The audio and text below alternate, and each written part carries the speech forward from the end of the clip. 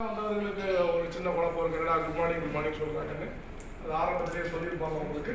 So இங்கே விதயம் தான் உண்டு, அஸ்தமனம் என்பது இல்லைங்கிற ஒரு கலாச்சாரத்தோடு நாங்கள் உலா வர்றதுனால குட் மார்னிங் சொல்லுவோம். அடுத்தது பார்த்தீங்கன்னு சொன்னாக்கா, நான் பின்னாடி உட்காந்து முன்னாடி என்ன நடக்குதுன்னு கவனிச்சுட்டு தான் இருந்தேன். அப்போ தான் பொதுவாக வாழ்க்கையில் முன்னாடி வர முடியும். அதனால் ஒவ்வொருத்தரும் ஃபோனை எடுக்காங்க, வீடியோ எடுக்காங்க, ஃபோட்டோ எடுக்காங்க, அது கூட பரவாயில்ல. ஆர்வத்தில் நிகழ்ச்சி எடுக்கிறாங்க, சந்தோஷப்படுவாங்க. சில பேர் வீடியோ மாட்டிட்டு வராத போனுக்கு தான் வந்துட்டேன் அப்படின்னு கிளம்பிட்டேன். எனக்கு ரொம்ப வேடிக்கையா இருந்தது. சில பேரால உட்காரவே முடியல, இந்த காலுக்குள்ள நெளிகிறாங்க. எப்போ கிளம்பலாம் உட்காந்துட்டு எப்போ விடுவா போவோம். எனக்கு என்ன புரியலன்னா, அட்லீஸ்ட் ஒரு இடத்துல என்னால ஒரு 2 மணி நேரம் நான் உட்கார்ந்து என்ன நடக்குது ஏது நடக்குதுன்னு என்னால கவனிக்க கூட முடியலன்னா, நான் கோடீஸ்வரங்கிற வாழ்க்கையை பேப்பர்ல தான் எழுதி பார்க்கணும், பிராக்டிகலா பார்க்க முடியும். ஒரு 2 மணி நேரம் ஒரு இடத்துல உட்கார்ந்து என்ன நடக்குது, ஏன் எதுக்காக வந்திருக்கிறேன், ஏதோ ஒரு விஷயத்துல நண்பரோ உறவினர்களோ கூட வேலை செய்யறவங்களோ அழைச்சிருக்காங்க, அதுக்கு மதிப்பு கொடுத்துருக்கேன், முக்கியத்துவம் கொடுத்துருக்கேன். அதே நேரத்தில் எனக்கும் தேடல் இருக்கு, எனக்கும் தேவை இருக்கு, எனக்கும் கனவு இருக்கு, எனக்கும் லட்சியம் இருக்கு, எனக்கு குடும்பம் இருக்கு. எல்லாத்துக்கும் மேல விலைவாசி வேற கூடிக்கிட்டே இருக்கு. பத்தாவதுக்கு ஊர் உலகத்துல பிரச்சனைக்கு பஞ்சமே இல்லை. ஒரு பக்கம் வேலையில்லா திண்டாட்டங்க, இன்னொரு பக்கம் கொரோனா, அந்த வைரஸுக்கு அப்புறம் அடுத்தது எப்போ வரும்னு தெரியலங்கிறான், இன்னொரு பக்கம் 232 வைரஸ் பறந்து போச்சுக்கிறான், காணாம போச்சுக்கிறான், எப்போ திரும்ப வீட்டில் உட்காருங்க சொல்ல போறாங்கன்னு தெரியும். எல்லாம் வெளியில வந்து எதுவுமே ஒரு நிரந்தரமற்ற தன்மையா இருக்கு. ஒரே போட்டி, பொறாமை, சிக்கல், நஷ்டம், கஷ்டம், குழப்பம், பிரச்சனை, இந்த மாதிரியான ஒரு சூழ்நிலைகள் வெளியில நிலவும் பொழுது இங்க ஒரு தொழில் ஒரு அற்புதமா ஒரு ஆனந்தமா செய்யற மாதிரி, யாருக்கும் நஷ்டப்படுத்தாம, யாரையும் கஷ்டப்படுத்தாம, ஏமாத்தாம, பொய் சொல்லாம, யார் காசு யார் கையிலையும் நிக்காம, யார் காசுக்கும் நம்ம பொறுப்பேற்காம, முன் அனுபவம் இல்லாம, கல்வி அறிவு தேவை இல்லாம, சொல்லிக்கிற மாதிரி ஆற்றல் அது இது எந்த வெங்காயமும் இல்லாம, ராத்திரி 9 மணிக்கு கடையை திறந்து, ராத்திரி காலைல 9 மணிக்கு கடை திறந்து ராத்திரி 10 மணி வரைக்கும் பழியா புளியன்னு காத்து கிடந்து சட்டை அடைக்காம, போட்ட பணம் வருமா வராதா, லாபம் கிடைக்குமா கிடைக்காதா, அந்த தொழில் நிலைக்குமா நிலைக்காதா, நான் ஜெயிப்பனா மாட்டேனாங்கிற எந்த விதமான குழப்பங்களும் இல்லாம ஒரு தொழிலை தொடங்க முடியும், ஆனந்தமா வாழ முடியும், ஜெயிக்க முடியும், நம்ம நம்பி வரவங்க ஜெயிக்க வைக்க முடியும்னா, அந்த தொழில என்னால உட்கார்ந்து என்ன ஏதுன்னு கவனிக்க கூட எனக்கு முடியலன்னா நான் எப்படிங்க ஜெயிக்க முடியும், நான் எப்படிங்க பணம் சம்பாதிக்க முடியும், நான் எப்படிங்க முன்னேற முடியும்? வெளியில என்ன கோடீஸ்வர வாழ்க்கைங்கிறது இந்த சூரிய வம்ச படத்துல காமிக்கிற மாதிரி சரத்குமார் வந்து ஒரே பாட்டுல லாலா லாலான்னு பாடிட்டே வந்துருவாரு. நிஜ வாழ்க்கையில அப்படி லாலா லாலான்னு பாடிட்டே வர முடியுமாங்க? பிராக்டிகலா யோசிங்க. 10 பைசா சம்பாதிக்கிறவங்க கல்ல நார உரிச்ச மாதிரி உரிக்க வேண்டியிருக்கு. ஒரு மனுஷன் இருந்து இன்னொரு மனுஷனுக்கு பணம் கை மாறுறதுக்குள்ள அவள் தலைகள் தண்ணி குடிக்க வேண்டியிருக்கு. அவ்வளவு போட்டி இருக்கு வெளியில. அது 10 லட்சம் முதலீடு செஞ்ச தொழிலா இருக்கட்டும், 1 கோடி ரூபாய் போட்ட தொழிலா இருக்கட்டும், 2 கோடி போட்ட தொழிலா இருக்கட்டும், எல்லாமே அப்படிதான். தொழில போட்டி பெருகிட்டே இருக்கு, எதுவும் நிலையா இல்லை. எந்த தொழிலும் லாபம் இந்த தொழில் மூலியமா தான் அப்படியே போய் சொல்ல முடியல. அப்ப நாங்க ஒரு தொழில் செய்யறோம், இங்க 10 பைசா முதலீடு இல்ல, ரிஸ்க் இல்ல, ராஜ வாழ்க்கை வாழ்றோம், சம்பாதிக்கிறோம், முன்னேறோம், சம்பாதிக்க வைக்கிறோம், முன்னேறவும் வைக்கிறோம். ஆனா 10 பைசா நஷ்டமே இல்லாம நானும் 10 பைசா நஷ்டப்படல, என்னை நம்பி வர்றவங்களும் படல. யார் காசு யார் கையிலும் நிக்கல, யார் காசுக்கு நம்ம பொறுப்பும் இல்லை. அப்படி ஒரு தொழில் இருக்குன்னு சொல்லும் போது அப்ப எப்படிங்க கவனிக்கணும்? இப்படி நெளிகிறது, அப்படி நெளிகிறது, போன் எடுக்கிறது, போறது, இது என்ன நடந்துட்டு இருக்குங்க? இந்த காமெடி டைமா நடந்துட்டு இருக்கு, அரட்டை அரங்கமா? அது இல்ல, வாழ்க்கைங்க. நீங்க இது பேஸ்ட், சோப்பு, பவுடர், சேரணுமா சேக்கணுமா அப்படின்னு நினைச்சா நீங்க தொலைச்சிட்டீங்க, நாங்க பொறுப்பு கிடையாது. நம்ம மக்கள் நிறைய பேர் பாருங்க, வேண்டாத தெய்வத்தெல்லாம் வேண்டுவாங்க. ஆண்டவா காப்பாத்து, ஆண்டவா காப்பாத்து, அவன் எனக்கு நான் வாய்ப்பு கொடுக்க மாட்டேங்க, நல்லதை காமிக்க மாட்டேங்க, அவன் அப்படி இருக்கான், இவன் எப்படி இருக்கான், எனக்கு ஒண்ணு கொடுக்க மாட்டேங்க. இந்த பிரார்த்தனைகள்லாம் ஆண்டவன் வந்து ஒரு விடையா இந்த மாதிரி ஒரு இடத்துல கொண்டு உட்கார வைப்பான். உட்கார வைப்பா கண்டுபிடிக்குவாங்க. இந்த போட்டோகிராஃபரு கல்யாண ஸ்டேஜ்ல வந்து எல்லாரும் கிஃப்ட்டும் கொடுத்துட்டு நிப்பாங்க, குரூப்பா நின்று போட்டோ எடுக்கும் போது அது வரைக்கும் முடிச்சு பார்ப்பாங்க. போட்டோ எடுக்கும்போது கண்ணு மூடிடுவாங்க. நம்ம ஆளு ஃபிளாஷ் அடிக்கும் போது மூடிடுவாங்க. ஆண்டவன் நம்ம முன்னேறதுக்கு ஃபிளாஷ் அடிப்பான். அது வரைக்கும் முடிச்சிட்டு இருக்கிறது முக்கியம் இல்லை. நாம முன்னேறதுக்குன்னு ஒரு ஃபிளாஷ் அடிக்காம பாருங்க, அப்ப கண்ணை மூடக்கூடாது. அப்ப யாரு கண்ணை மூடாம இருக்காங்களோ அவங்க தான் வாழ்க்கையில ஜெயிச்சிருக்காங்க. அப்படி வந்தாங்க.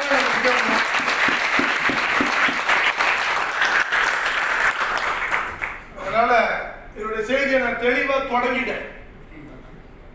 யாராவது போன் எடுத்துட்டு போகணும்னா இப்பவே போயிடணும். கதவை நாங்க திறந்தான் வச்சிருக்கோம். நாங்க பிடிச்சல யாரையும் உட்கார வைக்க மாட்டோம். இந்த ப்ரோக்ராம் நாங்க சொன்ன மாதிரி 8:30க்கு முடிக்கிறோம். அது வரைக்கும் உங்களுடைய கவனம் மனசால இங்க நீங்க உட்கார்ந்தீங்கன்னா இன்னைக்கு ராத்திரி உங்களால தூங்க முடியாது. புதுசா வந்தவங்க நிறைய பேர் உட்கார்ந்துருக்கீங்க. உங்களுக்கு என்னுடைய ஐடியா ஆலோசனை சொன்னா யாருக்கும் பிடிக்காது. ஐடியா ஏன்னா நானும் இந்த வியாபாரத்துக்குள்ள உங்களை மாதிரி வந்து உட்கார்ந்தவன் தான். எனக்கும் இந்த வியாபாரம் மேல ஒரு ரொம்ப எடுத்த உடனே ஒரு பெரிய பிடிப்புலையோ நம்பிக்கையிலையோ நான் இந்த வியாபாரத்துக்குள்ள அடி எடுத்து வைக்கல. எனக்கு இந்த வியாபாரத்தை கொடுத்தவர் மதிப்பிற்கு மரியாதைக்குரிய மிஸ்டர் ராஜன். அவங்க வந்து சென்னையில இருந்து போன்ல பேசுறாரு. பவுல்ராஜ் வாங்கிட்ட பிசினஸ் விஷயமா பேசணும். அவர் பேசுற துணியை வச்சே முடிவு பண்ற இவர் ஏதோ எம்எல்எம் கொண்டு வர போறாரு. சார் இந்த எம்எல்எம்னா வேணாம் அப்படின்றேன். ஆமா என்னென்ன கேட்கறதுக்குள்ள வேணான்ற சார் எம்எல்எம்னா வேணாம், நான் பிஸியா இருக்கேன் அப்படின்ட்டேன். நான் உனக்கு சொல்லதான் வரேன். சரி சொல்லுங்க, எல்லாம் கேட்டதுக்கு நான் நோன்னு தான் சொல்லுவேன். உங்களுக்கு அலையிறதுக்கு ஓகேன்னா வாங்கன்ட்டேன். நெல்லை டு சென்னை 620 கிலோமீட்டர் வந்தாரு சொன்னாரு. நான் உங்களை மாதிரி எல்லாம் கவனிக்கல. நான் எப்படா விடுவாருன்னு கவனிச்சுட்டு இருந்தேன். எல்லாம் சொல்லி முடிச்சாரு. அப்ளிகேஷன் ஃபார்ம் எடுத்து கையில கொடுத்தாரு. இதை நீ சும்மாவும் தரலாம், ஃபில்அப் பண்ணி தரலான்னாரு.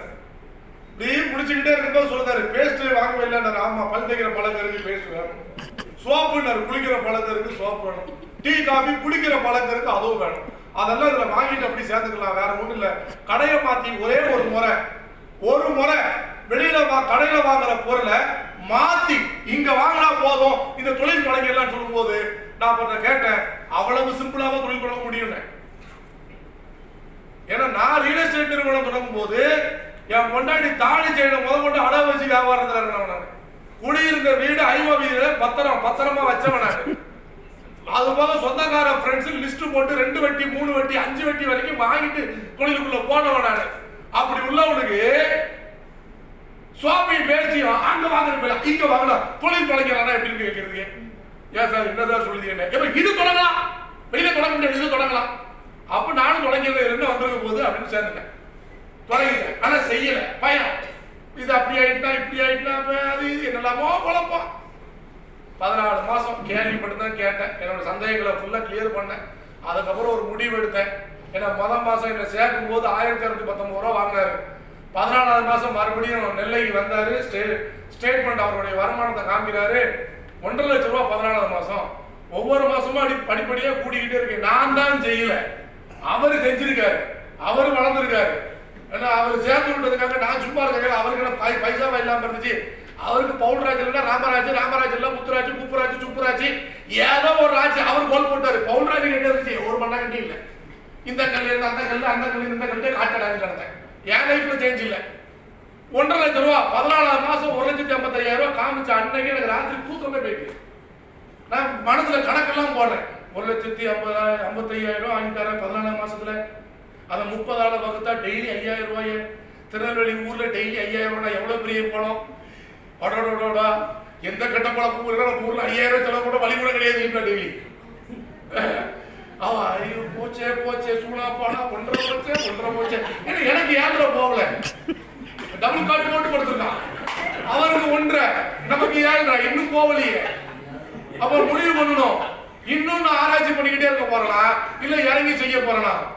இப்ப இறங்கி செய்யல, அடுத்த 1.25 வருஷம் கழிச்சு வருவார். இப்ப நான் 3 பாரு போச்சே 10 இது தேவையா? அப்ப நான் முடிவு பண்ணேன், இதுக்கப்புறமா ஆராய்ச்சி செஞ்சுட்டு இருந்தா விளங்காது. இந்த கிரேக்கத்துல ஒரு ப்ராவர்ப் சொல்லுவான், too much of analysis paralysis. அதிகப்படியான ஆராய்ச்சி பக்கவாதம் தான் விடும், செயல்பட விடவே விடாது. ஏகப்பட்ட ஆராய்ச்சி பண்ணுவாங்க இங்க நான் பார்த்துருக்கேன். நம்ம மக்கள் இருக்காங்களே இந்த வியாபார கூட்டத்துக்கு வந்துட்டு புதுசா வந்தவங்க பார்த்தீங்கன்னா அப்படியே சேரலாமா வேணாமா, நம்பலாமா வேணாமா, அவங்க சொல்றத கேட்கலாமா வேணாமா, என்ன ஆராய்ச்சி உலகமா ஆராய்ச்சி பண்ணுவாங்க. அதுவே இதுக்கு பக்கத்துல ஏத்தப்பல ஒரு ஆபீஸை போட்டு உட்காந்துருப்பான், 1 லட்சம் ரூபா போடு மாசம் 8000 தரேன் 10,000 தரேன் அப்படின்னு உடனே கொண்டு கொடுப்பாங்க. 10 லட்சம் கொண்டு கொடுப்பாங்க, 20 லட்சம் கொண்டு கொடுப்பாங்க. அவன் ஒரே நாள் 150 கோடி அடிச்சு போயிருக்கான். இதுல பாவம் மாதிரி பயங்கர அறிவாளிங்க. எப்படி தெரியுமில்ல, காலைல கிளம்ப வேண்டியது, குளிச்சு கிளம்பி வீட்டுல பூரி செஞ்சு சாப்பிட்டு பணம் போட்ட கம்பெனி பைக் எடுத்துட்டு வந்து இருக்கானா இருக்கா, வீட்டுக்கு போக வேண்டியது, திரும்ப டீ சாப்பிட்டு படம் பார்த்து படுக்க வேண்டியது. எங்க போற வேண்டும் கண்ணு முன்னாடி போறான், யோசிக்க வேணாம், அவர் ராத்திரி தான் போகலாம். அப்படிங்கிற 150 கோடியில இருந்து 2000 கோடி வரைக்கும் அடிச்சு போனது சுத்தி சுத்தி உட்காந்துருக்கான். அங்கெல்லாம் போய் சேரலாமா வேணாமா பணம் கொடுக்கலாம் அதை யோசிக்கவே இல்லை. எப்படி கொடுப்பன்னு கூட கேட்கல, அங்க போய் பணத்தை கொடுத்துருது. ஒருத்தர் போட்டு மட்டன் பிரியாணி போட்டு மீட்டிங் நடத்துறான். கேட்டா துபாயில எண்ணெய் கிணறு வச்சிருக்கானா, ஒரு எண்ணெய் கிணறு இருக்கா, 2வது கிணறு வாங்குறதுக்கு காசு வேணுமா, அதுக்கு நம்ம மக்கள்கிட்ட பணம் வாங்கி 2வது கிணறு வாங்குவானா, அந்த கிணறுல எண்ணெய் எடுத்து அந்த காசுகளோட லாபத்தை எடுத்து நம்ம உங்களுக்கு கொடுப்போம் அப்படின்னு உடனேயே எவ்வளவு பேர் பணம் கொண்டு போட்டாங்க. யாரு இந்த மீட்டிங் வந்து சேராம போன ஆளுங்க, சேர்ந்து செய்யாம போன ஆளுங்க அங்க போய் பணம் போட்டுது. எதுக்குன்னு கேட்டா உழைக்காம கொடுக்காம. உங்களை மாதிரி மீட்டிங்ல வந்து உட்கார சொல்லல, உங்களை மாதிரி ட்ரைனிங்ல வந்து உட்கார சொல்லல, பொறுமையா இருங்கன்னு சொல்லல, எல்லாத்துக்கும் மேல உழைங்கன்னு சொல்லல. நீங்க ஒரே நாள்ல கோடீஸ்வரன் சொன்னா அந்த டீல் எனக்கு பிடிச்சிருக்கு. அதனால பொண்டாட்டி தாலியை தவிர மீது எல்லாத்தையும் கொண்டு வச்சுட்டோம்ல, இல்ல வித்துட்டோம்ல, 10 லட்சம் 20 லட்சம் 50 லட்சம் போட்டாச்சு. கடைசியில் போயிட்டா ஆளே காணோம். ஏன்ட்டு பேசவும் நின்றாங்க. என்ன சொன்னாங்க, சார் என்ன கலர் வச்சிருக்காங்க சார், 2வது கலர் கணக்கு பணம் பண்ண. அப்பதான் கேட்டேன், வடிவேலாவது கிணறு வெட்ட ரசீது வச்சிருந்தாங்க. அப்புறம் தான் திரும்பவும் சொன்னேன், ஏங்க கொஞ்சமாவது யோசிக்க வேண்டாமாங்க, துபாயில ஏதுங்க என்ன கிணறு, முதல்ல துபாயில எண்ணெயே கிடையாது அப்படிங்க, தலை எடுத்துங்க போங்க. அந்த ஆளுங்க இங்க 1000 ரூபாய் பேச சோப்பாங்க முடிச்சுட்டு வரும். பக்கத்து வீட்டுக்காரன் ஐடியா கேட்கும், எழுத வீட்டுக்காரன் கதவை தட்டி ஐடியா கேட்கும். ஏன்னா அவன் நெட்வொர்க் மார்க்கெட்டிங் போய் அமெரிக்கா பல்கலைக்கழகத்தில் படிச்சு வந்துருக்காரு பார்த்தீங்களா, அவள்கிட்ட போய் நான் இதில் சேரலாமா வேண்டாம், அவளே ஆஃப் ஆயிடு, தமிழ்ல சொல்லணுமா அரை வேக்காடு, அவள்கிட்ட போய் ஐடியா கேட்பாங்க. தலை எடுத்து இவளுக்கு கனவு கோடீஸ்வரன் ஆகும். கோடீஸ்வரன் அவ்வளவு காமெடியா போச்சா நண்பர்களே. ஒரு வாய்ப்பு கிடைக்கும் போது அது யாருக்கு பிடிக்க தெரியுதோ, யாருக்கு அதை முழிக்க தெரியுதோ, யாருக்கு அதை பயன்படுத்த தெரியுதோ அவர்கள் வாழ்க்கை மட்டும்தான் மாறும். எல்லாரும் வாழ்க்கையும் தான் இல்லை. வாழ்க்கை மாறணும்னா நான் சொன்ன மாதிரி இந்த நிகழ்ச்சியை நான் ஷார்ப்பா 8:30 முடிச்சிடறேன். இன்னும் 20 நிமிஷம். ரொம்ப கவனமா பாருங்க, சரிங்களா? முடிவை நீங்க தான் எடுக்கணும். முடிவை யார் எடுக்கணும்? இந்த நிகழ்ச்சி வந்து உட்காந்து நீங்க தான் முடிவு எடுக்கணும். நான் இந்த மீட்டிங் பார்த்துட்டு என் ஒய்ஃப் உட்காந்துருக்காங்களே, என் ஒய்ஃப்ட கூட நான் முடிவு எடுக்கிறேன், கேட்கல, சேரலான் இருக்கேன் செய்யலாம்னு இருக்கேன். ஏன்னா மீட்டிங் பார்த்துட்டு நான் ஐடியா கேட்கறது என் பொண்டாட்டியா, நான் சேர்ந்து செய்ய ஆரம்பிச்சு வளர. அதுக்கப்புறம் என் ஒய்ஃப் ஒவ்வொரு மீட்டிங்கா கூப்பிட்டு வந்து இன்னைக்கு நிகழ்ச்சிக்கு MC பண்ற அளவுக்கு வந்துருக்காங்க. புரியுதுங்களா? புதுசா ஒரு தொழில் சேரலான் இருக்கேன், இருக்கிற தொழில் போதாதான் இருப்பாங்க, முடிஞ்சிருக்குமா? ஹலோ. அதனால முடிவு எடுக்கிறது யாருன்னா நம்ம தான். நான் எடுத்த முடிவு என்னுடைய வாழ்க்கை எப்படி மாறி இருக்குன்னா, முதல் மாதம் இங்க இருக்க பகுதி நேரமாக தான் தொடங்கினேன். ஒரு 2811 ரூபா ஃபர்ஸ்ட் மந்த் ஸ்டார்ட் ஆகுது. இப்படிதான் ஸ்டார்ட் ஆச்சு. இது எப்படி கிடைச்சிச்சு? சாயந்தரம் வரைக்கும் முதலீடு செஞ்ச தொழிலுக்கு நேரத்தை கொடுத்துட்டேன்.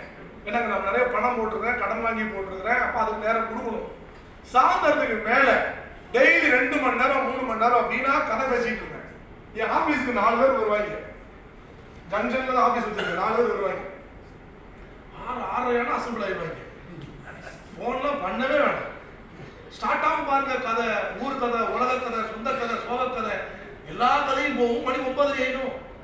சபை ஒத்தி வைக்கப்படுகிறது. அடுத்த நாள் மறுபடியும் இப்படிதான் நேரம் போயிட்டு இருக்கு. அந்த நேரத்தை இந்த தொழிலுக்கு திருப்பினேன். அந்த வீணா போற யாரை பத்தியும் பேசுறோமா இல்லையா, எதை பத்தியும் பேசுறோமா இல்லையா, அதை பேசுறோமா இல்லையா, பேசவே மாட்டாங்க, நேரத்தை வீணாக்கவே மாட்டாங்க. இந்த காலைல யாராவது சொல்லுங்க, நான் வந்து காலையில இருந்து ராத்திரி தூங்குறதுக்குள்ள 1 மணி நேரத்துக்கு கூட நான் வீணாக்க மாட்டேன்னு நீங்க யாராவது சொன்னீங்கன்னா, 1 மணி நேரத்தை கூட வீணாக்காமல் வாழ்வதை எப்படிங்கிற கிளாஸ் உங்கள்கிட்ட நான் வந்து அடம் பண்ணேன். ஓசியில் இல்லை, காசு கொடுத்து அடம் பண்ணேன். இருக்குமா? சில பேர் மைண்ட் வைஸ் புரியுது 1 மணி நேரமா நீங்க வேற அது போது நான் கேட்டது 1 மணி நேரம் ஆகும். அந்த நேரத்தை அந்த தொழிலுக்கு திருப்பின வருமானம் வர ஆரம்பிச்சுங்க.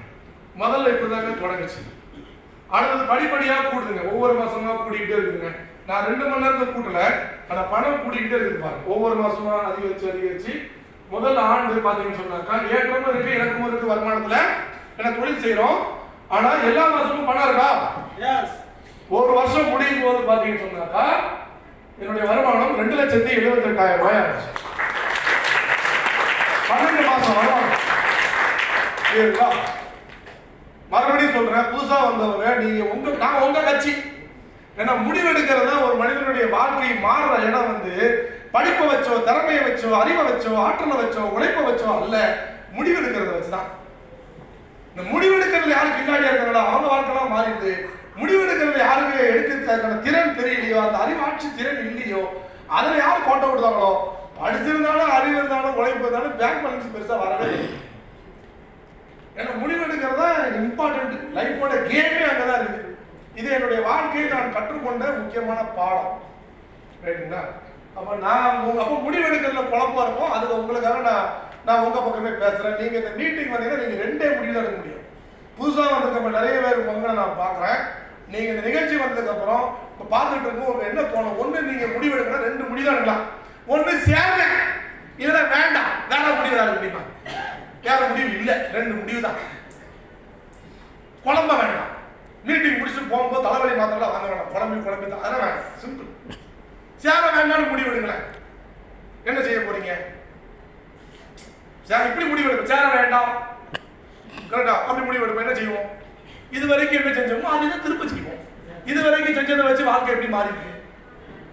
அப்ப இனிமேல் நம்ம வாழ்க்கை இப்படிதான் இருக்க போகுது. புது வருஷம் பிறக்கும். ஒவ்வொரு வருஷமும் இந்த டிசம்பர் மாசம் ஆனா எல்லாரும் சொல்லிட்டு போக மாட்டேன். புது வருஷம் பிறக்கும் போது புது வாழ்க்கை நிப்பாட்டிட. போன வருஷம் இதே தான் சொல்றேன், இந்த வருஷம் இதே தான் சொல்றேன். மாறிங்களா? அது வந்து எல்லாரும் சொல்றாங்க. எல்லாரும் சொல்றாங்கன்னா வருஷம் சொல்லதான் செய்தாங்க. 1ஆம் தேதி ஹாப்பி நியூ இயர் மெசேஜ் வருது. பேங்க் பேலன்ஸ் கம்மியா இருக்கு, சாப்பாடு பண்ணணும், போகணும், ஃபைன் கட்டணும். என்ன happy new year? Happy new இயரா? காசு இல்லாத happy new year? Happy new இயரா? வருஷம் புது வருஷம் பிறகு புது நம்பர். எங்க மாறி இருக்கு? நம்பர் தான் மாறி இருக்கு. 2023 24 ஆச்சு, 24 25ஆவது. நமக்கு வயசு நம்பர் வேற, 10 வருஷம் முன்னாடி வேற நம்பர், இப்ப வேற நம்பர். கரெக்ட் தானே? எங்க லைஃப் எங்க மாறி இருக்கு? அப்ப முடிவு எடுக்கணும். அப்ப வேண்டான்னு முடிவு எடுத்தா என்ன நடக்க போகுது? ஒண்ணும் நடக்க போறது இல்லை, ஒரு மாற்றமும் வரப்போறது இல்லை. அதே வேணும்னு முடிவு எடுத்தா லைஃப்ல மாற்றம் இருக்கு. சரி, வேண்டான்னு முடிவெடுத்தா மட்டும் என்ன செஞ்சிருவோம்? கொஞ்சம் அப்படியே யோசிப்போம். டெய்லி உங்களுக்கு காலையில் ராத்திரி தூங்குறதுக்குள்ள 2 மணி நேரம் வீணா போதா போலையா? 2 மணி நேரம் போகுதா போலையா? இந்த தொழிலை நீங்க சேரவில்லை என்றாலும், இந்த தொழிலை நீங்க செய்யவில்லை என்றாலும் அதே 2 மணி நேரம் வீணா தானே போகுது. கரெக்டா இல்லையா? அப்படி நம்பிக்கை இல்லைன்னா, நல்ல சந்தேகம் இருந்துச்சுன்னா 2 மணி நேரம் வீணாவா போயிடும். அப்படி குழப்பம் இருந்துச்சுன்னா அப்படியே ரிவர்ஸ் கியர் போட்டு 2023 டிசம்பருக்கு போங்க. இந்த 1 வருஷம் 2 மணி நேரம் போயிருக்கா போகலையா? வீணா தானே போயிருக்கு. இப்ப இந்த வியாபாரத்தில் நீங்க சேரலனாலும் 2025 டிசம்பர் வரும். எப்படி கடந்த 1 வருஷம் போச்சோ அதே மாதிரி அடுத்த 1 வருஷம் போகுது. ஆனா அதுக்கு பதிலாக நான் இப்படி முடிவெடுக்கிறேன், இந்த வியாபாரத்தை நான் எடுக்கிறேன், செய்கிறேன், என் லைஃபை நான் மாற்றணும் முடிவு எடுக்கிறேன்னா 2025 டிசம்பர் வரும்போது கண்டிப்பாக என்னுடைய வாழ்க்கை இப்ப இருப்பதை காட்டிலும் பல மடங்காவது மேம்பட்டே இருக்கும். இவ்வளவுதான் தெளிவு, இவ்வளவுதாங்க தெளிவு. நீங்க நான் என்ன செய்ய போறேன்? நீங்க என்ன வேலை செய்யறீங்களோ அதை செய்யுங்க. நீங்க என்ன தொழில் செய்யறீங்களோ செய்யுங்க. லேடிஸ் நிறைய வந்திருக்கீங்க, உங்க குடும்ப பொறுப்புகள் கடமைகள் ஒன்றும் கிட வேண்டாம், அதை செய்யுங்க. எல்லாம் செஞ்சது போக 2 மணி நேரம் வீணா போதா போலியா? லேடிஸ் இருக்கீங்க, பிடிக்காத 2 சீரியலை கட் பண்ணுங்க.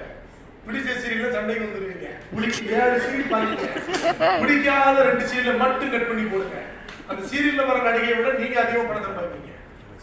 ஜென்ஸ் வருத்தப்படாத வாணிப சங்கத்துல அவ்வளவு பேர் மெம்பரா இருக்கும். ஆனாலும் ஒரு சங்கம் வச்சிருக்கோம், பதிவு தான் செய்யல. கரெக்டா இல்லையா? அந்த அப்போ எவ்வளவு நேரம் போகுது? டீ கடை பெஞ்சிலையும் ஃபேஸ்புக், வாட்ஸ்அப், அரட்டை கொரட்டை, லைக், கமெண்ட், ஷேர், அம்மா ஜல்லி பிரயோஜனம் இல்லை. அந்த நேரத்தை அந்த தொழிலுக்கு திருப்புங்க. லைஃப் வேற ஒண்ணு. ஏங்க அந்த தொழில படிப்பு தேவையில்லைங்க, திறமை தேவையில்லைங்க. பெரிய அறிவாளியா இருக்கணும், பெரிய புத்தாளியா இருக்கணும், பெரிய வசதி வாய்ப்பு இருக்கணும், ஆண் பெண் பாகுபாடு, கிராம நகரம் எதுவுமே இங்க வேணாங்க. வீணா போற நேரத்தை திருப்புங்க, அவ்வளவுதாங்க. ஒரு 2 மணி நேரத்தை திருப்புங்க, அவ்வளவுதாங்க. வேற ஒண்ணும் செய்ய வேண்டாங்க. எதையோ பேசுறீங்க, அதை வெஸ்டா மாத்தி பேசுங்க, அவ்வளவுதாங்க. நான் அதாங்க செஞ்சேன், வேற ஒண்ணும் செஞ்சிடலங்க. இப்ப மட்டும் என்ன பண்ணிட்டு இருக்கேன், கதையை தாங்க பேசிட்டு இருக்கேன். கரெக்டா இல்லைங்களாங்க? பாருங்க, ஒரு வருஷம் முடியும் போது என்னுடைய வருமானம் 2.25 லட்சம். ரைட்டுங்களா? 2வது வருஷம் பாருங்க 10 லட்சம் ஆச்சு. 10,23,000 சில்லறலாம் இருக்கு. நான் முதல்ல 2 நம்பரை மட்டும் நான் சொல்றேன் ஒவ்வொரு தடவையும் மேலும். சரிங்களா? அடுத்து 3வது வருஷம் 26 லட்சம், 4வது வருடம் 37 லட்சம், 5வது வருஷம் 40 லட்சம், 6வது வருஷம் 45 லட்சம், 7வது வருஷம் 65 லட்சம், 8வது வருஷம் 64 லட்சம், 9வது வருஷம் 71 லட்சம். இப்ப காமிக்கிறது 2020, இது 2019. 2020வது வருஷம் காமி போறேன். 2020வது வருஷம் நம்ம லைஃப்ல யாருமே மறக்க முடியாது. இந்த 2020 நிறைய பேர் ஐபிஎல் மாதிரி போகும்னு நினைச்சாங்க. டெஸ்ட் மேட்சோட மோசம் போயிடுச்சு. கொரோனா. கரெக்டா இல்லையா? ஆமாவா இல்லை? நிறைய பேருக்கு வேலை போச்சு, வேலை பார்த்தவங்களுக்கு சம்பளம் நிறைய பேருக்கு இன்னும் பாதியாச்சு, தொழிலதிபருக்கு நிறைய பேர் கடன் வாங்கினாங்க, நாட்டோட பொருளாதார மைனஸ், உலக பொருளாதாரம் ஸ்தம்பிச்சு போச்சு. கரெக்டா? அந்த சிச்சுவேஷன்ல எனக்கு வந்த பணம் எவ்வளவு தெரியுமா?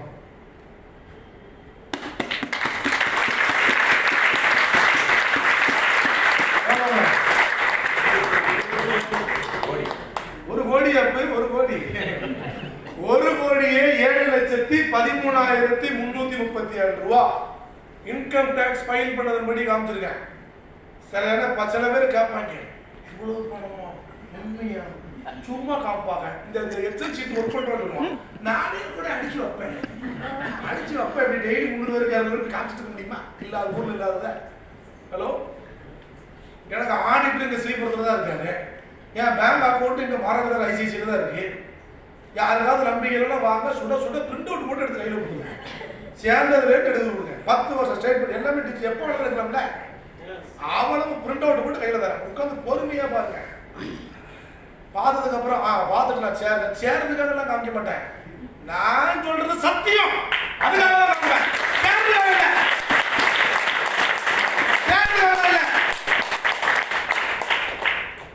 புரியுதுங்களா? நான் சொல்றது உண்மை, நான் சொல்றது சத்தியம், அதுக்காக நான் போறேன். பார்த்துட்டு சேர்றதுலாம் கிடையாது. நான் ராஜஸ்தான்ல இருந்து வரல, பிறந்து வளர்ந்தது எல்லாம் இங்கதான். படிச்சது எம்டிடி ஸ்கூலு, இந்த பக்கம் ஜான்ஸ் காலேஜ், வீடு இங்க தான் இருக்கு. 1/2 கிலோமீட்டர் தான் வீடு இருக்கு. நான் சொல்றேன், ஆடிட்டர் இங்க தான் இருக்காரு, அக்கௌண்ட் இங்க தான் இருக்கு. ஏன்னா இந்த தொகை ஒன்று சின்ன தொகை இல்லை, அதனால சொல்ல வேண்டியிருக்கேன். சின்ன தொகையே இல்லையா? சில பேர் இதெல்லாம் பார்த்துட்டு சூப்பரா இருக்கு அப்படி சந்திர சும்மா இருப்பாங்க. அவருக்கு மட்டும் வருது, எனக்கு ஒண்ணுமே வரல, இவன் உழைச்சான் வந்துச்சு. சில ரைட். ஸோ நண்பர்களே, 1,07,00,000 நண்பர்கள் 2020 அப்போ புத்திக்கு வேற ஒரு விஷயம் எட்டுச்சு. இதை விட பவர்ஃபுல்லான தொழிலியா வெளி உலகத்தில் இருக்கு. ஆண்டவன் எப்பேற்பட்ட தொழிலை என் கையில கொடுத்துருக்கான். இறைவனுக்கு அப்போ ரொம்ப மனப்பூர்வமா ஒரு நன்றி. என்னுடைய பெற்றவங்களுக்கு நன்றி சொன்னேன். எனக்கு இந்த வியாபாரத்தை கொடுத்த ராஜன் சாருக்கு நன்றி சொன்னேன். ரொம்ப அதாவது ஒரு மாதிரி நான் பெல்ட் ஆகிட்டேன். எனக்கு என்னால் எப்படி சொல்லனே தெரியல அந்த உணர்வு. ஏன்னா என்னுடைய நண்பர்கள், உறவினர்கள், என்னை சுற்றி உள்ளவங்கெல்லாம் அந்த நிலைமை வாழ்க்கையில் எப்படி இருந்தாங்கன்னு நான் பார்த்தேன். என்னுடைய வருமானம் 1 கோடி ரூபா அப்படிங்கும்போது அந்த நேரத்தில் நான் அவ்வளோ பெரிய அப்பாட்டக்கெல்லாம் கிடையாதுங்க. கொரோனாவில் உலகமே முடக்கப்பட்ட நிலையில் அந்த ஆண்டு வருமானம் 1 கோடி ரூபா சம்பாதிக்க நான் என்ன பெரிய அறிவாளியா? நான் என்ன பெரிய அப்பாட்டக்கிறா? மண்ணாலி மண்ணை கவ்வளோ நேரம் அந்த நேரம் நான் ஜான்ஸ் காலேஜில் பிகாம், அதுவும் மாப்பிள்ளை பெஞ்சு. எனக்கு இதுக்கு என்ன சம்பந்தம் இருக்கு? அப்ப இந்த தொழிலை சேர வேண்டும் என்ற முடிவும், இந்த தொழிலை செய்ய வேண்டும் என்ற முடிவும், அதுதான் என் வாழ்க்கையை மாற்றுச்சு. புரியுதுங்களா? நான் சொந்தக்காரன் சேரல, நான் நிப்பாட்டல. என் கூடவே சுற்றிட்டு இருக்கிற செவ்வாழ சேரல, நான் நிப்பாட்டல. நான் இந்த வியாபாரம் சொல்லிக்கிட்டு போய்கிட்டே இருந்தேன். சேர்ந்தவங்களோட கூட்டு போனேன், சேரல விட்டுட்டு போயிட்டேன். என்ன இந்த வடிவேலு பார்த்து டைலாக் நான் நிறைய பேர் பேச உண்டு. நான் சொன்ன சம்பாதிக்க போற மாப்பிள்ள வரியா? சம்பாதிச்சு சம்பாதிக்க போற வரியா இல்லையா? பெஸ்ட் பெரிய பிசினஸ் நீ நினைக்கிற மாதிரி ஜாப் வைக்கிறது இல்ல. இப்படி நான் சொல்லும் போது ஆமா பெரிய பொருள் இப்படி சொன்னவங்க உண்டு. எங்க நடக்க போகுது, எங்க கிடைக்க போகுது வரியா இல்லையா? இப்படி நான் கூப்பிட்டுருக்கேன். அப்ப சொல்லுவான், வரலன்னா நான் சம்பாதிப்பேன், நீ பாரு. வந்தா என் கூட சம்பாதிக்கலாம், வரலன்னா நான் சம்பாதிக்க போறேன், நீ வேணா பாரு. நம்மளை பிறக்கும் போதே எல்லாரையும் இங்கே வெற்றியாளர் தான் படித்தாங்க. யாரை நம்பி நம்ம நீங்களும் சரி நானும் சரி யாரை நம்பி நம்ம இல்லை. கரெக்டாக இல்லைங்களாங்க? அப்போ யாரும் இந்த வியாபாரத்தை நான் சொல்லும்போது அவர் வரல, இவர் வரல, அவர் அதை சொல்லுதாரு, இவர் இவர் சொல்லுதாரு, அவர் நெகட்டிவாக சொல்லுதாரு, அவர் கமெண்ட் அடிக்காரு அப்படிங்கிறதுக்காக நான் இந்த தொழிலை செய்வதை நிறுத்தவில்லை. நான் செஞ்சுட்டு போயிட்டே இருந்தேன். இந்த பணம் வந்த நேரம் இந்த சேராம போனாங்கல்ல ஆரம்பத்துல கூட அந்த ஆளுங்க சொன்னாங்க, உனக்கு அடிச்சது யோகம், எனக்கு வந்தது கோபம். நான் ஆரம்பத்துல சொல்லுவேன், இந்த தொழில 10 பைசா வராம போது அப்படி வந்துடும் இப்படி வந்துருங்கிறேன். அவளுக்கு கமாண்ட், கேலி, கிண்டல், நக்கல், நையாண்டி வராது, கிடைக்காது. பாயத்து வந்தா நெகட்டிவ் தான். பாசிட்டிவா பேசுறது தான் என்னன்னே தெரியாது வெளியே இருக்கு. அப்படி உள்ளவங்க நம்ம கூட சுத்தி வச்சுக்கிட்டு இவன் தான் உயிர் நண்பன், உயிர் நண்பன், உயிர் எடுக்கிற நண்பன். நம்ம வாழ்க்கை எப்படி மாறி இந்த மாதிரி கேஸோட சுத்தும் போது என்னங்க? நான் முதல்ல இந்த பேசுறது யாரும் தெரியுமா பேசுறேன்? முதல்ல என் ஆபீஸ்க்கு டெய்லி சடங்கு 4 பேர் அடங்கன்னு சொல்லுவாங்க, அவங்க தான் பேசுறேன். ஏன் பேசுறேன்னு சொல்லுங்க. 4 பேர் சேர மாட்டேன்னு நல்லாவே தெரியும். ஏன்னா இனிமேல் நம்மள ஆபீஸ்க்கு டெய்லி வந்து டைம் வேஸ்ட் பண்ணக்கூடாது. பவுல்ராஜ் போனா வெஸ்டேஜை பத்தி பேசுவான்னு வரவே மாட்டான். எஸ், இதைத்தான் நான் எதிர்பார்த்தேன். அப்பதான் நான் வழங்க முடியும் விலைக்கும். நான் பாட்டு அடுத்த கையை செய்ய ஆரம்பிச்சேன். என்னங்க, இதை விட எனக்கு தெளிவா எனக்கு சொல்ல தெரியாதுன்னு நண்பர்களே. ரொம்ப எனக்கு என்னமோ நான் தெளிவா சொல்றேன்னு நினைக்கிறேன். ஸோ 1,07,00,000 நண்பர்களே. அடுத்தது லைஃப் எப்படி மாறிச்சுன்னா, பணம் மட்டும் இல்லை, ஃபாரின் ட்ரிப் சுற்றுறதுங்கிறது எல்லாருக்கும் பிடிச்ச விஷயம். கரெக்டா? எனக்கு அந்த அடிப்படையில் நான் ஃபர்ஸ்ட் ஃபாரின் ட்ரிப் மலேசியா போனேன். இந்த வியாபாரத்தில் எடுத்து ஒரே வருஷத்தில் கிளம்பினேன். அடுத்த 6 மாதம் நான் நெதர்லாந்து, பெல்ஜியம், பிரான்ஸ். அடுத்த 6 மாதத்துல வந்து துபாய், அப்புறமா வந்து ஆஸ்திரேலியா, அதுக்கப்புறமா இது ஒவ்வொரு கண்ட்ரியா போனேன். இது Beijing, Shanghai, Russia and Phuket, அதுக்கப்புறம் வந்து துருக்கி, அதுக்கப்புறம் இது வந்து Indonesia, Bali island, Scotland, London, Abu Dhabi. இப்படி நீங்கள் இப்போ உங்கள் முன்னாடி பேச பல தலைவர்கள் இருக்காங்க. ஒவ்வொருத்தரையா சொன்ன டைம் ஆகிடும். And Spain. எனக்கு இந்த வியாபாரத்தை கொடுத்த மாமன் இருக்கிறாங்க சார்.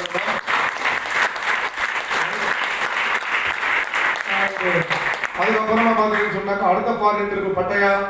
அதுக்கப்புறமா ஜெர்மனி, ஸ்லோவோக்கியா, ஆஸ்திரியா ஒரு 3 கண்ட்ரி. அதுக்கப்புறமா வந்து கப்பல் 92 நண்பர்களோடு நம்ம அணியில் கப்பலில் நான் பயணம் பண்ணுறேன். கிட்டத்தட்ட 12 மாடி அடுக்குமாடி கொண்ட கப்பல். நான் ஃபேமிலியோடு போயிருந்தேன். ரைட். அடுத்த 2 மாதம் கழிச்சு தாய்லாந்து போனேன். அதுக்கடுத்த 3 மாதம் கழிச்சு சவுத் ஆஃப்ரிக்கா போனேன். இப்போ ஒரு 6-7 மாதம் முன்னாடி வியட்நாம், அதுலேருந்து 3 மாதத்துக்கு முன்னாடி தாய்லாந்து, இப்போ 2 மாதம் கழிச்சு திரும்ப கிளம்ப வேண்டியது Dubai and Qatar. So life எப்படி மாறி இருக்குன்னு பாருங்க. இது வரைக்கும் வெஸ்டேஜ் மூலயமா 20 நாடுகளுக்கு நான் பயணம் பண்ணேன். 20 கண்ட்ரி. நம்ம திருநெல்வேலி ஊர் ஒன்றும், நம்ம ஊர் ஒன்றும் கோடீஸ்வரனுக்கு பஞ்சம் உள்ள ஊரில் கிடையவே கிடையாது. பெரிய பெரிய கோடீஸ்வரர்கள், சரியான கோடீஸ்வரன் ஏகப்பட்ட பேர் நம்ம ஊரில் சத்தமே இல்லாமல் உட்காந்துருக்காங்க. என்ன மாதிரி போட்டு இன்கம் அப்படிலாம் காமிக்கிறது இல்லை, சத்தம் கட்டாமல் உட்காந்துருக்காங்க. ஏகப்பட்ட கோடீஸ்வரன் நம்ம ஊர். நம்ம ஊர் ஆமாவா இல்லையா? ஆமாம் ஆமாம். எந்த கோடீஸ்வரன் ஒரு 12-13 வருஷத்துல 20 நாட்டுக்கு சுற்றுப்பயணம் போனாரு? வேலை நிமித்தமா, தொழில் நிமித்தமா போயிட்டு வந்திருப்பாரு. அதுவும் அதே நாட்டுக்கு தான் போவாங்க திரும்ப திரும்ப. அங்கே தொழில் நடக்கும். நான் சொல்றது 20 நாடுகளுக்கு சுற்றுப்பயணம் மட்டும் போயிட்டு. இன்னும் அடுத்த 2 மாதம் கழிச்சு 21 நாடுங்க. அப்புறம் 3 மாதம் கழிச்சு 22, 24, 30, 40 இப்படி போயிட்டே இருக்கும். நீங்க வேடிக்கை பார்க்க போறீங்களா? என் கூட சேர்ந்து வர போறீங்க. என் கூட இது வரைக்கும் சொன்ன என் பேச்சை கேட்டு பின்னாடி வந்தவங்க 400க்கும் மேற்பட்டவர்கள் என்னோட வெளிநாட்டு சுற்றுலா போயிருக்காங்க.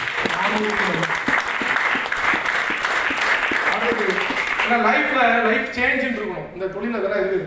காருங்கும் போது ஃபர்ஸ்ட் கார் என் மனைவி கேட்டாங்க, வாங்கி கொடுத்தேன். 12 லட்சம் ரூபாய் மதிப்பில் ரெண்டோ டாப் மாடல் டெஸ்டினி மூலமா வாங்கினது. டெஸ்டினி மூலம் டாப் வாங்கினது. அடுத்த கார் 21,50,000 மதிப்பில் எஸ்யூவி பைக் ஒரு டாப் மாடல். முதல் கார் மனைவிக்காக, 2வது கார் என் மகளுக்காக, 3வது கார் என் பசங்களுக்காக, 3வது கார் ரொம்ப ஒரு 56 லட்சம் ரூபாய் மதிப்புள்ள பென்ஸ் கீழே தான் நிற்குது. ஹலோ, நான் வாங்கும்போது உள்ள விலையை தான் குறிப்பிட்டிருக்கேன். இன்னைக்கு இந்த காரோட விலை 73 லட்சம் ரூபாய். யோசிச்சு பாருங்க. இந்த மாதிரியான பென்ஸ் இன்னைக்கு நம்ம ஊர்ல ஓடுதுன்னா ஓடுது. யார் அந்த காரில் போறாங்கன்னு பாருங்க. எத்தனை பென்ஸ் ஓடுது நம்ம ஊர்ல, அந்த காரில் போகக்கூடிய ஆளுங்க யாரும் பாருங்க. எவ்வளவு பெரிய ஆளுங்க, எவ்வளவு பிசினஸ். நான் இங்க 10 பைசா கூட போடலையே. ரைட், முடிவு தானே எடுத்தேன். அந்த முடிவுல நான் ஸ்ட்ராங்கா இருந்தேன். முடிவு எடுக்கிறது நான் கில்லாடியா இருந்தேன். வீணா பேசுற கதையை வெஸ்டேஜா மாத்தி பேசுறேன். சொந்தக்காரங்க சேர்ல நிப்பாடல, ஃப்ரெண்ட்ஸ் சேர்ல நிப்பாடல, கூடவே சுத்திட்டு இருக்கக்கூடிய செவ்வாழை சேர்ல நான் நிறுத்தல. நான் போய்கிட்டே இருந்தேன். ஒரே ஒரு பாலிசி மட்டும் வச்சிருந்தேன். வந்தா கூட்டு போவேன், வரட்டா விட்டு போவேன், நான் நிக்க மாட்டேன் அப்படிங்கிற ஒரு தெளிவான முடிவு என்னை இந்த வியாபாரம் மூலியமா கோடீஸ்வரன் ஆகிட்டேன். கோடிகள் நான் இந்த வியாபாரம் மூலியமா பல கோடிகள் சம்பாதிச்சிருக்கேன். ரைட். அண்ட் அடுத்தது சொத்துக்கள். First property 45 lakhs. சொத்து வாங்குறதுனே பணம் இருக்கு.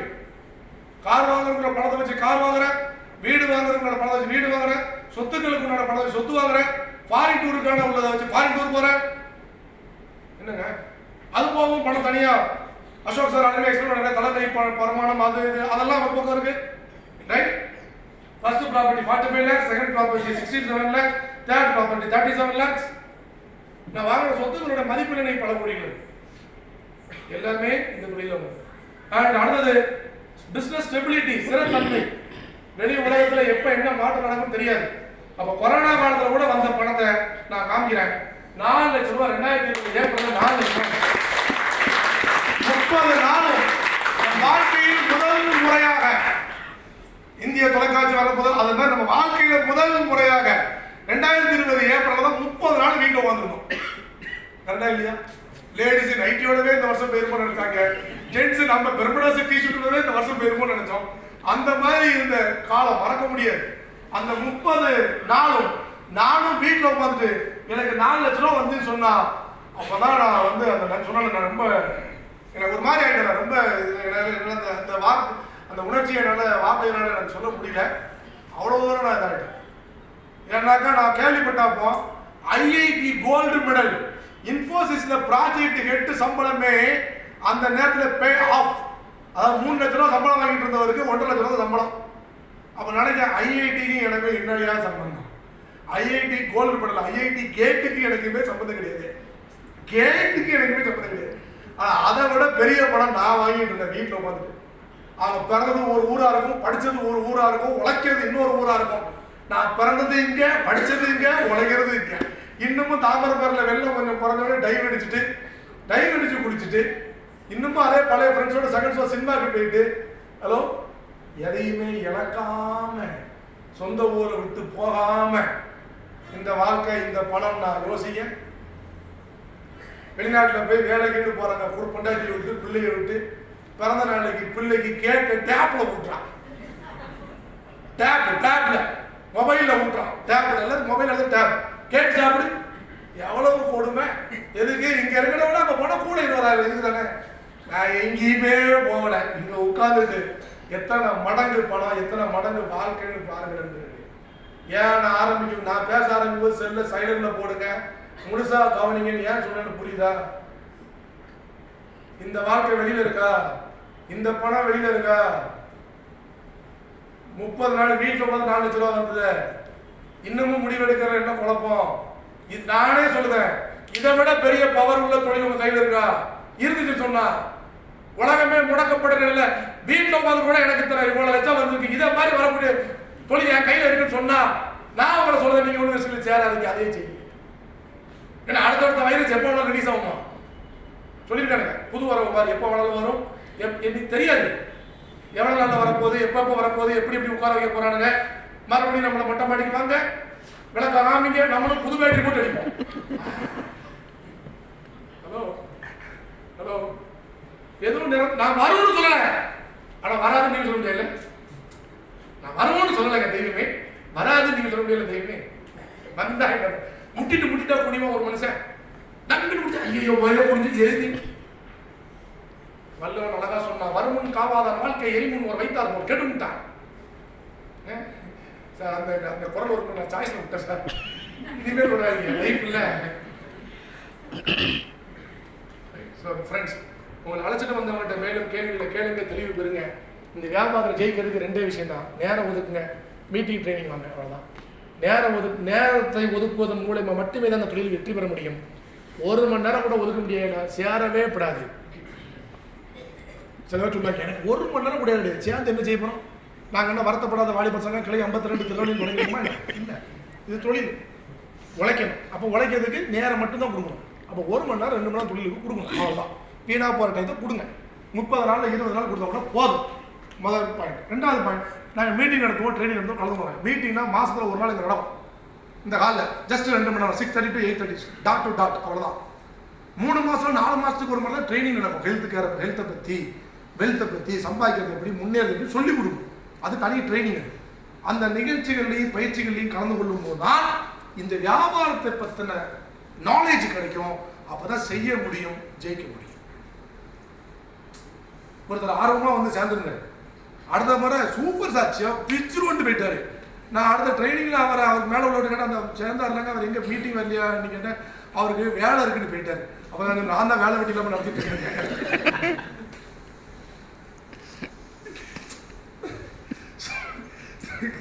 அதனால பாவமா இருக்கும்.